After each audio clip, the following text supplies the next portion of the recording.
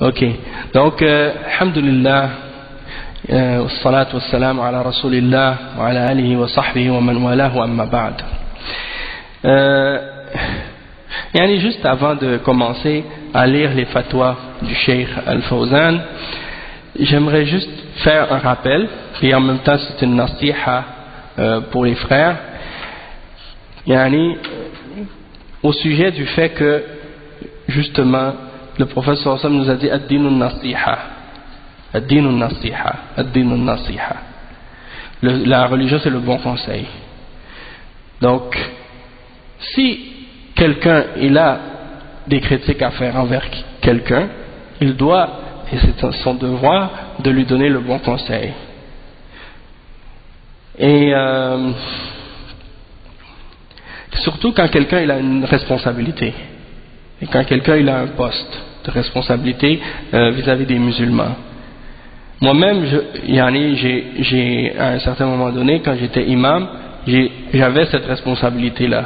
J'étais en une position de responsabilité. Beaucoup de gens critiquaient des choses que je pouvais dire ou faire parfois, mais très rares sont les personnes qui venaient me voir personnellement pour me dire les choses qu'ils avaient à dire et pour me reprocher les choses dont ils voulaient me reprocher. Donc, maintenant, c'est quelque chose que je me souviens, j'ai vécu ça déjà. Et ça, c'est quelque chose qui est très mauvais. C'est très mauvais pour soi-même et c'est très mauvais pour la personne responsable et c'est très mauvais pour la da'wa de façon générale.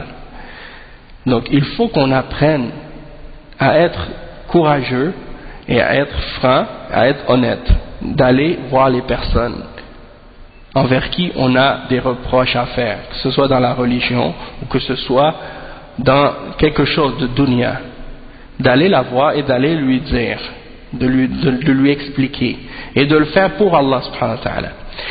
Si c'est des choses qui ont rapport avec la religion, qui font partie des bases et des fondements, qui sont des erreurs dans le manhaj ou dans la aqidah, ça c'est quelque chose de très grave, très sérieux. Ça c'est pas des choses qu'il faut prendre à la légère.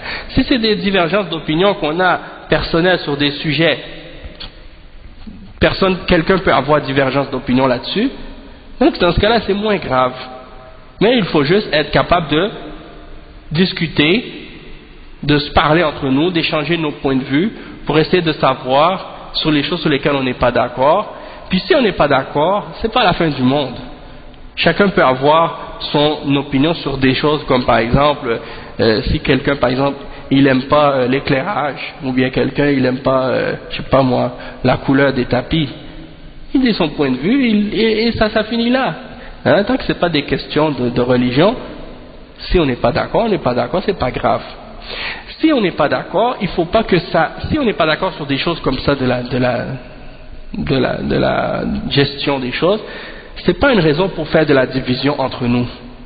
Tant qu'on est tous salafis, qu'on est tous sur la aqidah des salaf as-salih, c'est-à-dire des sahaba, des tabi'in, on a tous le même manhaj. On retourne tous vers le Coran et la Sunna.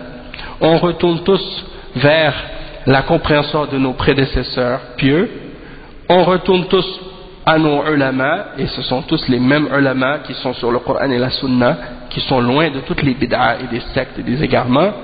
Donc, on n'a pas de raison de se diviser ou de se disputer ou de faire des conflits entre nous.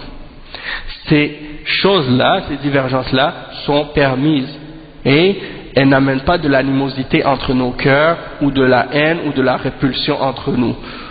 Sauf que il faut se donner le bon conseil, il faut se parler entre nous, il faut se corriger les uns et les autres si jamais il y a quelque chose. Donc, moi, c'est pour ça que je vous dis ça, parce qu'il y a des frères, des fois ils ne sont pas satisfaits par exemple de la façon dont certaines choses se font, certaines choses qui se sont dites, certaines choses qui sont dites, ou certaines choses qu'on fait de la part de certaines personnes qui sont responsables, des choses comme ça. Il faut aller leur parler, il faut aller leur dire. S'ils acceptent, alhamdoulilah. S'ils acceptent pas, alhamdoulilah, Allah subhanahu wa ta'ala, c'est lui à la fin qui va juger entre nous, mais ça ne doit pas amener de la haine ou de l'animosité entre nous. Hein? Et on est toujours des frères, on travaille ensemble pour faire le bien et nos projets. D'accord? Donc, alhamdoulilah, ça c'est juste un point que je voulais mentionner, parce que des fois les gens ils ont peur d'aller voir les responsables pour leur parler. Ils disent ah mais il a plus de connaissances que moi, il sait plus que moi, ou bien il va pas accepter, ou des choses comme ça. Non, c'est pas nécessaire. Peut-être qu'il sait plus de choses que toi, mais il peut se tromper. C'est un être humain. Hein? On est tous des êtres humains. Et l'imam Malik, hein, rahimahullah, il disait toute personne, hein, peut avoir raison comme il peut se tromper, excepté celui qui est dans cette tombe, c'est-à-dire le prophète Mohammed sallallahu alayhi wa sallam, parce qu'il était à Médine, l'imam Malik, rahimahullah. Donc c'est pour dire que il faut savoir que quelqu'un peut se tromper. S'il se trompe et il accepte son erreur, alhamdulillah. S'il se trompe et il n'accepte pas son erreur, on a fait notre devoir. Et ça suffit là. Tant que c'est pas des questions de aqidah, des fondements, ou des questions de manhaj dans les fondements, ça reste toujours un frère sur la sunna, et on doit toujours l'encourager, l'aider, le supporter dans le bien, et rester avec lui, et ainsi de suite. Ça c'est très important.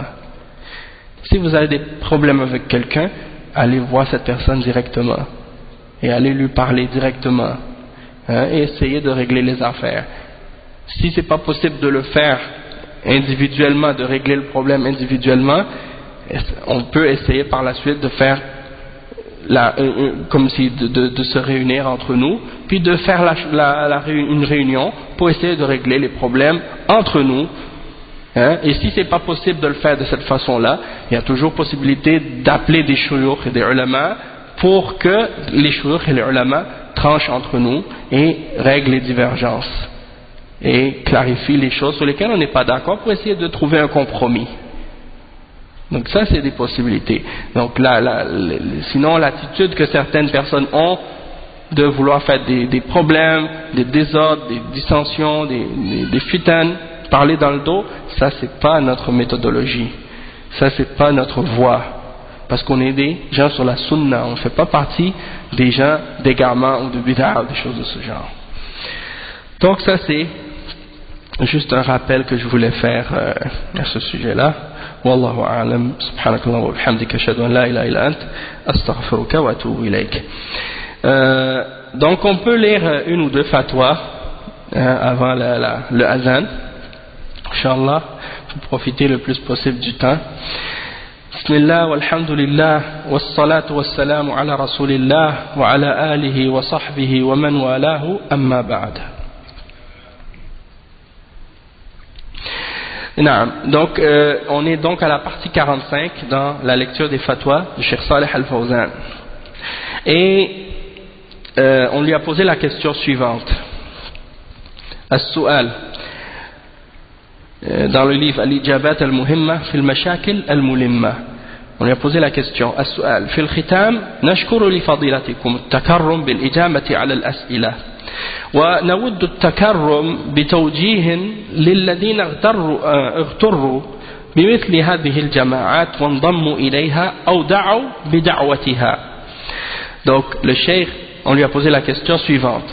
On remercie votre éminence, votre excellence, de nous avoir fait l'honneur de répondre à ces quelques questions, et nous aimerions que vous nous faisiez l'honneur encore une fois de nous donner un conseil, de nous orienter ou d'orienter ceux qui ont été trompés par ces différents groupes, ces différentes sectes, et qui se sont joints à leur rang, ou qui ont appelé ou invité les gens à les suivre. Le Cheikh Al-Fawzan, il a répondu à cette question ou à cette demande en disant Al-Jawab, nad'u jami' al-shabab al-muslimin ila al-ruju' 'an al-khata' wa an yandamu ila al-firqah al-najiya al-mutamathila fi zamanina hadha wa lillahi al-hamd fima kana 'alayhi 'ulama'u hadhihi al-bilad al-haqiqiyyun. وشعبها وكل من سار على هذا المنهج من المسلمين في سائر بقاع الأرض فكلهم نشأوا على التوحيد وساروا على الجادة الصحيحة فنحن على بينة من أمرنا وننصح شبابنا أن يسيروا مع هؤلاء الدعوة أو أن يسيروا مع هذه الدعوة ومع هذه الجماعة ومع هذه الأمة التي تسير على المنهج الصحيح وأن لا تلتفت إلى الفرق وإلى الجماعات وإلى الحزبيات وإلى المخالفات لأن هذا يسلب هذه النعمة عنهم ويشتت جماعتنا ويفرق بين قلوبنا وهذا التعادي الذي يحصل بين الشباب الآن هو بسبب الانضمام إلى مثل هذه الجماعات والاغترار بها وترويجها وترويج أفكارها. Donc, pour commencer la traduction de cette parole du Cheikh Al-Fawzan, le Cheikh il dit, nous appelons ou nous invitons tous les jeunes parmi les musulmans de revenir de l'erreur. Donc, c'est-à-dire toute personne qui est rentrée dans une erreur parmi les groupes de ces groupes, ces divisions, ces groupes de bid'ah, que ce soit les Ikhwan, Tablir, les groupes de Sururiya, Qutbiyya ou autres. Et s'il y a des noms parmi les groupes qu'on mentionne que vous ne connaissez pas ou dont vous ne comprenez pas la signification, eh bien vous pouvez venir me voir après le cours pour demander plus de clarification et je vais vous orienter ou vous indiquer les références et les ressources pour être capable de trouver les explications et les définitions de ces différents groupes et de ces différentes sectes. Parce que c'est pas tout le monde qui, par exemple, ont assisté au cours où on a parlé de ça. Peut-être que certains d'entre vous, vous entendez ces noms-là pour la première fois. Donc, si vous avez des questions, vous nous posez la question après le cours. On va vous indiquer ou vous expliquer qui sont ces groupes, qui sont ces sectes et qui sont ces personnages. Donc, ça c'est un exemple. Donc, chaque personne qui est sur une secte, il doit revenir. Chaque personne qui est dans un groupe ou une association qui est contraire à la sunna, il doit quitter ce groupe-là et revenir à la vérité.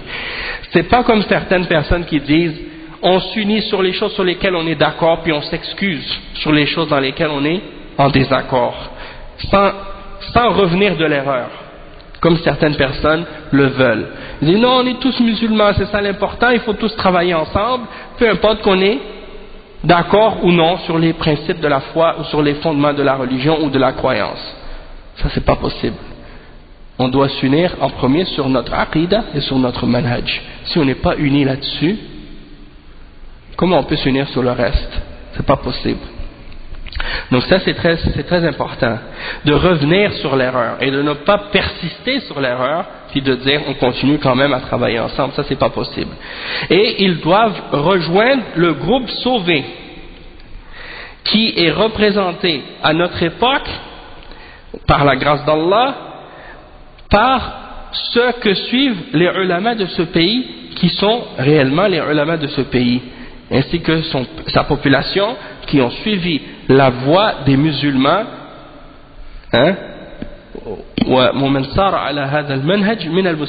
et la voie de tous ceux qui ont suivi cette voie parmi tous les musulmans sur toute la terre, c'est-à-dire ceux qui suivent cette voie. C'est quoi cette voie?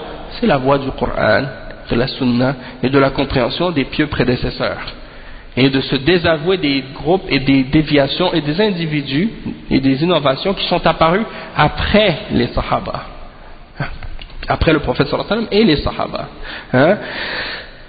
Ensuite, le cheikh il dit, ils ont tous grandi sur le tawhid et ils ont tous suivi cette voie qui est correcte. Donc ils ont tous grandi sur le tawhid parce que la base de cet islam, la base de cette religion c'est le tawhid, l'unicité d'Allah dans l'adoration. Et malheureusement, beaucoup de ces groupes-là, ils ne prennent pas la question de l'unicité d'Allah et du tawhid comme étant une priorité et comme étant une base. Et ils n'appellent pas à ça en premier. Ils parlent de tout sauf du tawhid. Donc ça c'est une grave erreur de leur part. Et ils ont suivi cette voie qui est correcte. Donc nous, on est sur une preuve dans nos affaires et on donne le conseil à tous les jeunes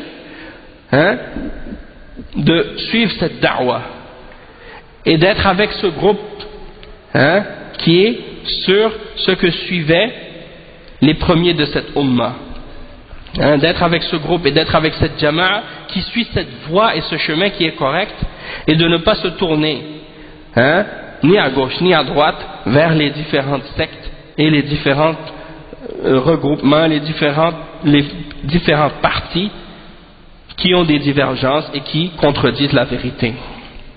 Parce que le fait de suivre ces différentes sectes ou ces différents groupes, c'est ça ce qui va ramener le fait que Allah enlève la grâce qu'il a mis aux musulmans si on se divise entre nous à cause de ces innovations ou à cause de ces fausses croyances. Et c'est ce qui va diviser nos cœurs.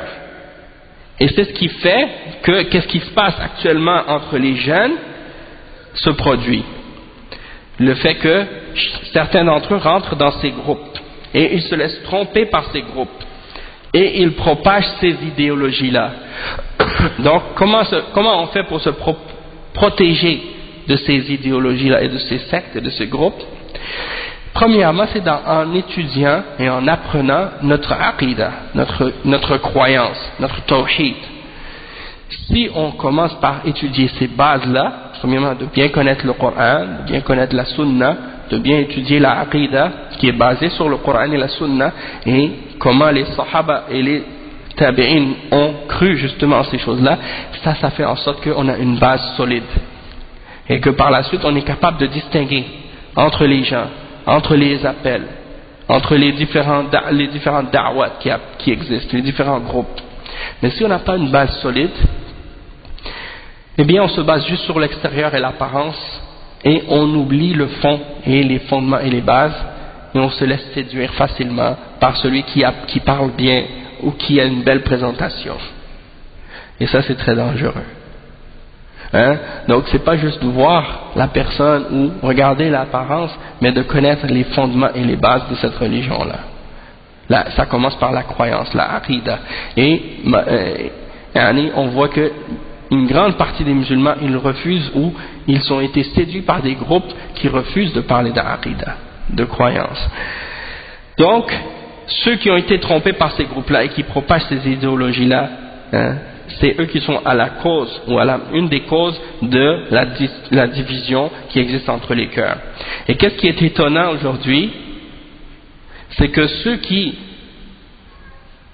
accusent les gens qui suivent le Coran et la Sunna selon la compréhension des salafs d'être la cause de la division, ce sont eux en réalité qui font la division.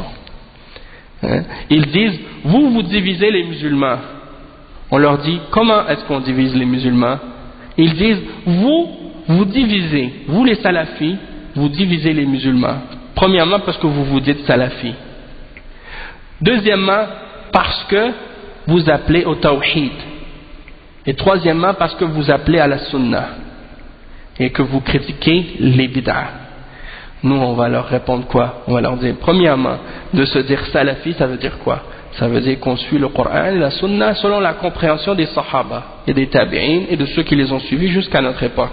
Donc où est le mal là-dedans? Où est le mal de se dire sunni? Puisque d'être sunni, c'est de suivre la Sunna et de rejeter la bid'ah. Ça c'est un. Deuxièmement, vous nous dites qu'on divise les musulmans en appelant au tawhid.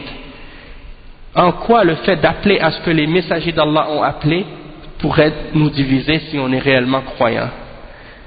Si on appelle à ce que les messagers, chacun d'entre les messagers d'Allah ont appelé les hommes, depuis le premier d'entre les messagers, Nuh alayhi salam, jusqu'au dernier d'entre les messagers, Muhammad sallallahu alayhi wa sallam, la première des choses à laquelle ils ont appelé les hommes, quand ils ont commencé à inviter leur peuple à l'islam, c'est de leur expliquer La ilaha illallah, que rien ne mérite d'être adoré excepté Allah. Donc comment, en appelant à ça, on pourrait diviser les gens qui croient en Allah et qui croient en l'islam? Ça c'est une absurdité de dire ça.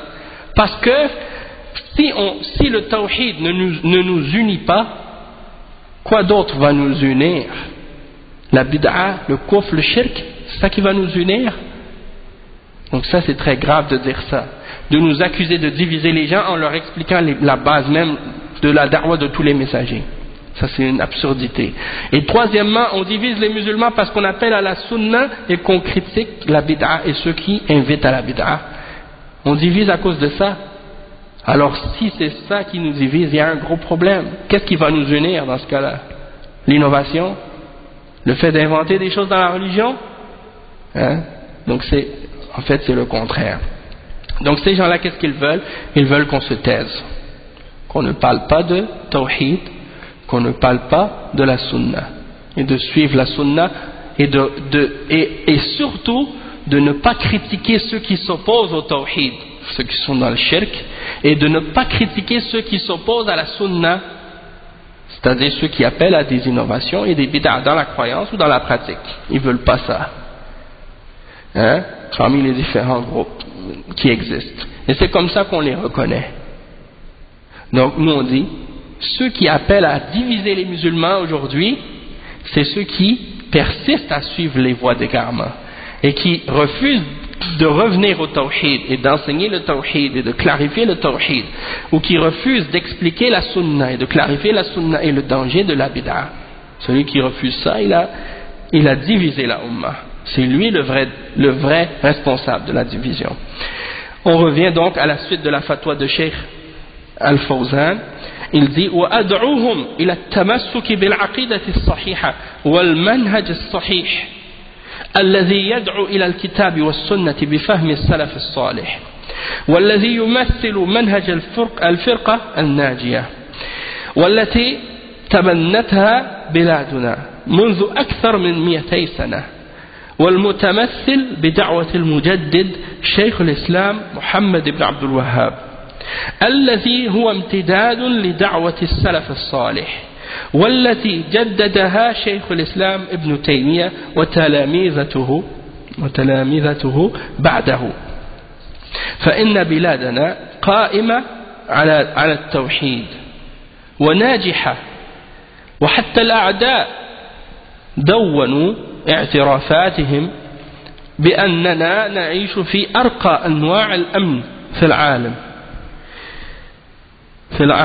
العالم والاستقرار والسلامة فلماذا نستبدل هذه النعمة بأفكار الآخرين التي ما نفعت في بلادها فهذه الدعوات وهذه الجماعات ما نفعت في بلادها ولا كونت في بلادها جماعة إصلاحية ولم تنتج في بلادها خيرا ولم تحولها من علمانية أو وثنية أو قبورية إلى جماعة إسلامية صحيحة بل هذه الجماعات ليس لديها أي اهتمام في العقيدة فهذا دليل على عدم صلاحها فلماذا نحن نعجب بها ونروج لها وندعو لها أتستبدلون الذي هو أدنى بالذي هو خير.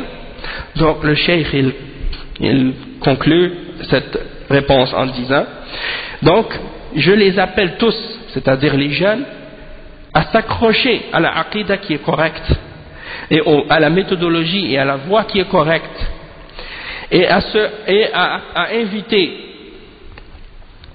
au Coran et à la Sunna selon la compréhension des pieux prédécesseurs et qui est représenté par la méthodologie du groupe sauvé. Le groupe sauvé c'est quoi? C'est le groupe de celui qui suit ce que le prophète sallallahu alayhi wa sallam a suivi lui-même ainsi que ses sahaba, comme il l'a dit. Le groupe sauvé, quand les sahaba ont demandé au messager d'Allah c'est lequel, il a dit man kana ala mithli ma ana alayhi al-yawm wa ashabi, c'est ceux qui suivent ce que je suis moi-même aujourd'hui ainsi que mes compagnons. C'est ça le groupe sauvé qui est sauvé de l'enfer, hein? Donc le cheikh il dit donc, et dans notre pays, c'est-à-dire il parle le cheikh de son pays qui est l'Arabie Saoudite, les fondements et les bases sont cette méthodologie-là, de suivre le Coran et la Sunna selon la compréhension des salafs. Tous les ulama là-bas, voilà, qui sont à la base de cette da'wa qui est là-bas, ils ont tous basé leur da'wa sur ces fondements-là, le Coran et la Sunna et la aqidah des salafs, hein, depuis plus de 200 ans, et qui est représenté par la da'wa du réformateur, le cheikh Mohammed ibn Abdul Wahhab. Et avant lui, de la da'wa des salaf al-salih, parce que le cheikh Mohammed ibn Abdul Wahhab, il n'a pas inventé rien, il a juste ramené qu'est-ce que les salafs avant lui ont dit, comme cheikh al-Islam ibn Taymiyyah, et cheikh al-Islam ibn Taymiyyah la même chose, il n'a rien ramené de lui-même, tout ce qu'il a dit c'est ce qui est mentionné par ceux qui l'ont précédé parmi les ulama, ainsi que les élèves de Ibn Taymiyyah après lui.